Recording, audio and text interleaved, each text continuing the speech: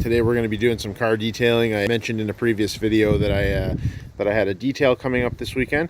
Basically, this is a coworker and friend of mine's truck. Basically, we're doing a bit of a trade. I was looking for a new computer to edit these videos with, and so he had one that he was able to sell me at a very good price in exchange for detail on this truck, which is cool. Kind of works out for everybody. So we'll be talking about this truck, this detail here in the next little bit. This is a 2016 GMC Sierra. He just had some concerns about some swirl marks, some scratching here by the door handle. I'm not even sure if I'm going to get them on camera. There's your scratches there, they are in focus. There's above your door handle there. Some of that kind of stuff is what he wants me to deal with. You know, obviously there's a couple here that are going to need touch-up paint. And that's a big guy right there. You know, we're not going to do a whole lot about that. Generally speaking, as a quick rule, anything you can catch with your fingernail, you're not going to do much with a polisher. But, you know, we can throw some touch-up paint on them there when we have it later on. But for now, you know, today we're just going to kind of focus on if I can see any more of them. Oh, there's some there. There's all these scratches down the bed, you know, down the doors, stuff like that. We'll get it looking nice for them. Alrighty, so we're getting ready to start spraying down this vehicle. I got to run my water line yet, but just wanted to talk about this pressure washer for a minute. When I decided to start detailing, I purchased myself an electric pressure washer, which is really good if you're mobile, you know what I mean? You can plug into somebody's house, not have to worry about hauling fuel around. But here at home, you know, I had my eyes open for a gas pressure washer, and I actually saw this one come up for sale on the Facebook Marketplace, free to take away, and I guess it didn't run. Brought this home, gave the carb a clean, and it runs perfect. You know, you got to keep your eyes open for this kind of deal. Another reason to, you know, to be always checking out the Facebook Marketplace and Kijiji. You never know what people are just giving away. My apologies today for any wind noise. It is extremely windy. Going to make the detail a little bit more interesting. It was also supposed to be cloudy today, but that didn't happen. Better to avoid washing in the sun. There's some precautions you got to take when you're washing in the sun. Just got to move a little bit slower, keep everything cool. We're going to get going here in a sec. I've got my buckets all filled with water, pressure washers hooked up. We are ready to rock here in a moment. I'm going to start with the engine bay. This truck isn't filthy or anything, you know, it's been kept up on, but we just want to make it really nice. And then I'm going to move on to the wheels before washing the remainder of the vehicle.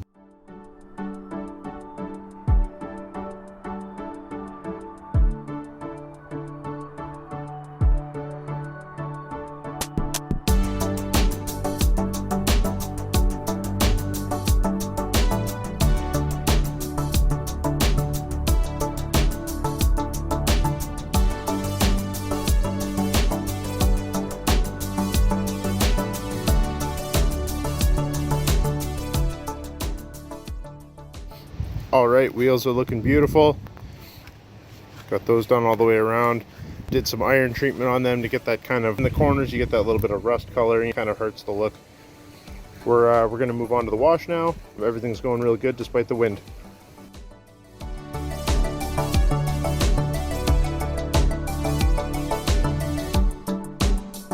All right, so we've got this thing rinsed. I'm going to switch over to the foam cannon now. This is just a cheap foam cannon. I recommend not spending a crazy amount of money on them. These cheap ones, you know, work just as good as long as they're meant for a pressure washer and are adjustable there. What I use in this, I got a whole assortment of chemicals here, but what I use in the foamer is the, for now anyway, is the Chemical Guys Honeydew Snow Foam. Been liking that soap in the foamer.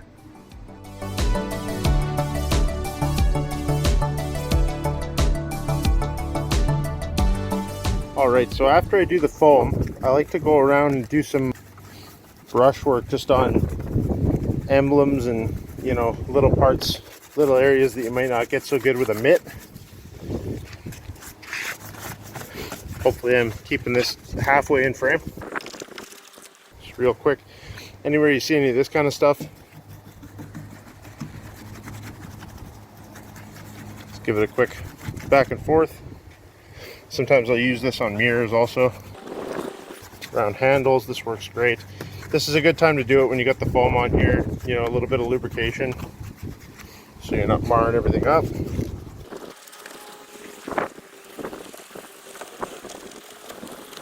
Kind of gets all that little stuff that that you're probably not going to get with a wash mitt.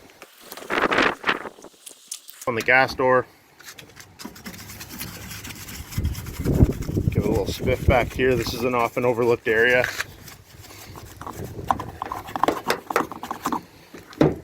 Just remember to spray it off later.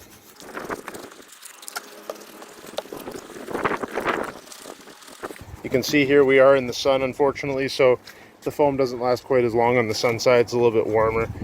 This honeydew snow foam, I find, does hang around for a good amount of time anyway.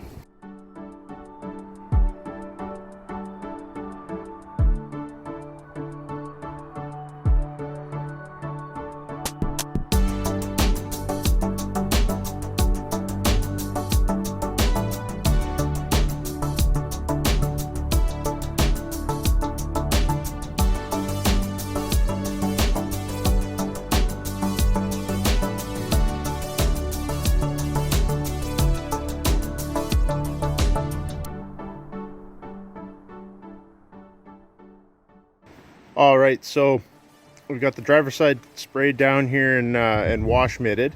One thing that's important when you're washing in the sun is to dry relatively quickly. You don't want to go around the whole car and let all these little droplets dry into little spots. My water's not terrible, so I don't get spotting super bad, but I still like to keep on it.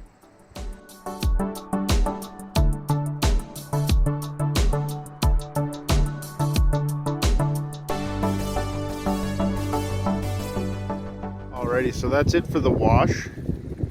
As you can see, we're looking quite beautiful, and we can see every little imperfection. And so you can see there kind of the extent of some of the scratching. You know, especially right here, this was a problem area. You know, the door sides in general, you know, you get little scuffs and, you know, rub marks like that. I should be able to do quite a bit with the polisher in terms of this stuff here. Lots of swirl on the bed. We'll be doing our best to deal with that. And then harder to see the scratches on this side. We're a little bit darker in the shade over here, but same thing, just some stuff, if it'll focus, just some stuff like this. I'm having trouble with the focus there, but you can kind of make them out. Yeah. Overall, nice looking truck. I like these GMs. Alright, so we're going to begin to polish here in a moment. As you can see, I've just got some of the plastics and the rubbers that I'm going to be polishing nearby taped off. That's important because that polish, you don't want to leave any white residue in their rubbers and plastics. We're going to be starting on these two doors here. Probably move on to the fender, you know, come down this direction onto the bed, and move on to the other side. One other thing I thought I'd mention really quickly is clay barring. Clay barring is important before you do any paint correction, just to get rid of any embedded particles in there, you know, stuff that your pad's going to pick up and swirl around. You don't want to create more scratches during the polishing process. Giving this truck a feel, you can tell if you need a clay bar based on, you know, just sort of gently rubbing your hand on it. If you're feeling any kind of grittiness, you want to get a clay bar on there before you do any paint correction. Gerald, having not purchased this truck an incredibly long time ago, I'm sure it was clay barred fairly recently. It feels very good, so we're not going to worry about a clay bar right now. Alright, so just before we get going, we're going to get everything ready, including our polisher. That's a medium foam pad compound. I've been liking this 3M Perfect-It. The other thing you want to have nearby is going to be some sort of microfiber for buffing when you're done your paint correction.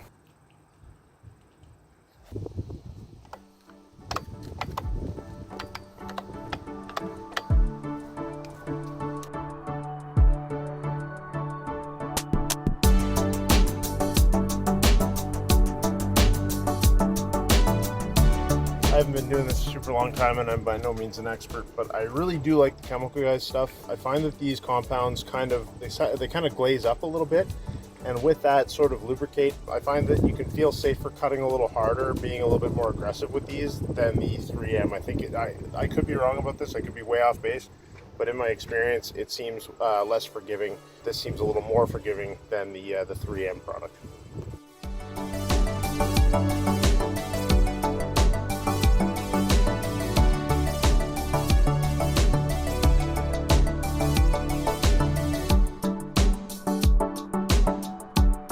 Because I've switched to a heavier compound, I'm going to do a second round with the white pad, which is a lot softer, and I'm also going to do some of that 3M Perfect-It third stage, just to kind of take my marks out if I'm making any. I don't think I'm making any. Even this isn't a super aggressive cut, but it's not a bad idea to do that if you want a perfect end product.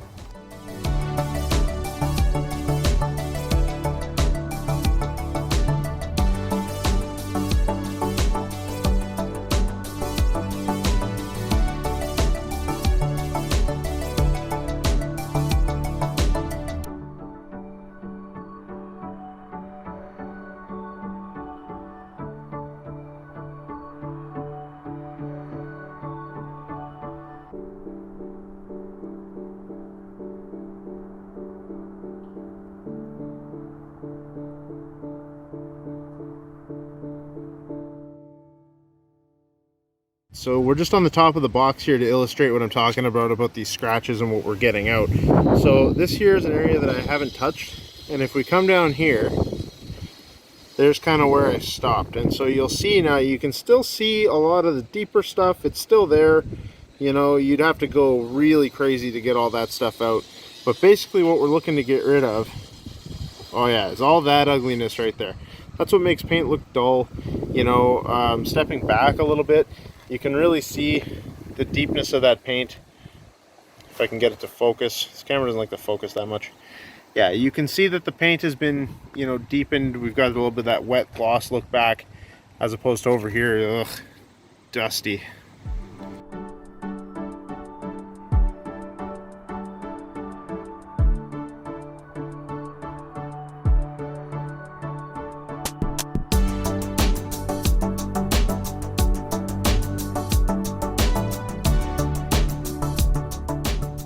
So this is a common problem area on vehicles. This is right underneath the gas door. And you can see that there's this little semicircle of scratches, and you wonder, you know, what makes those?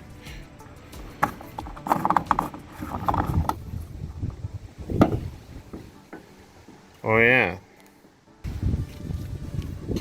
Yeah, how you to do my motorhome? That's right, yeah. Might take a little while. Just a little while, yeah.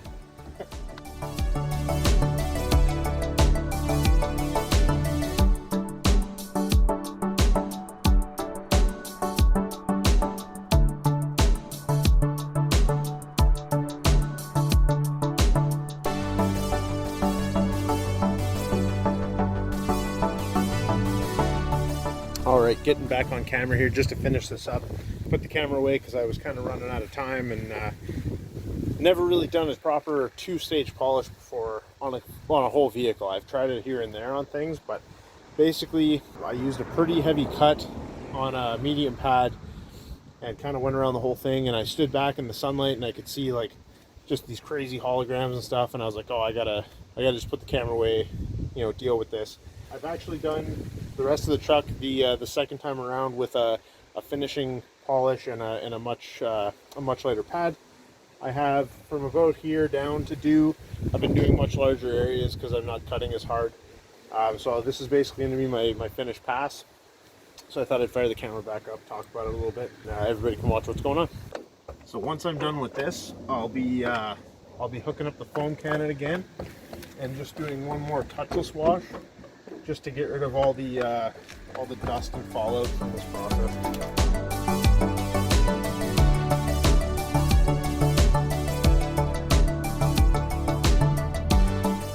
All right, beautiful. So I'm gonna do the waterless. I'm gonna do the touchless wash, give it a dry, and I'll check back in with you. Alrighty, so I'm finishing off today with this. This is the Meguiar's hybrid ceramic detailer.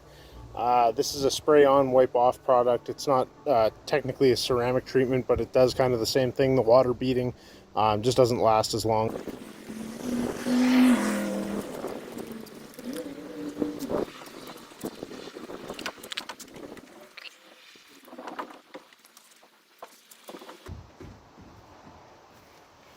All right. This thing is looking so good. Alrighty, so we're all done. Wrapping up. Got the Meguiar's ceramic on there. Thing looks awesome. We got Gerald here ready to take this away. He's pretty happy with it. Overall, I'd say it's a big improvement. Very good. So that whole thing took about 8 hours. You know, a little bit longer than I planned on spending, but not a big deal. You know, we did a couple of stages of polishing, so makes sense, you know, a little bit longer. Gerald's happy with the results. I'm happy with the results. You know, we both feel like we got a fair shake on our little editing computer detail deal that we did. Happy with the way all of that went. Thought I'd come out here and do a quick outro for everybody. Just say thanks for watching. You know, if you get a moment to like and subscribe, really appreciate that too. Have a good one. Bye-bye.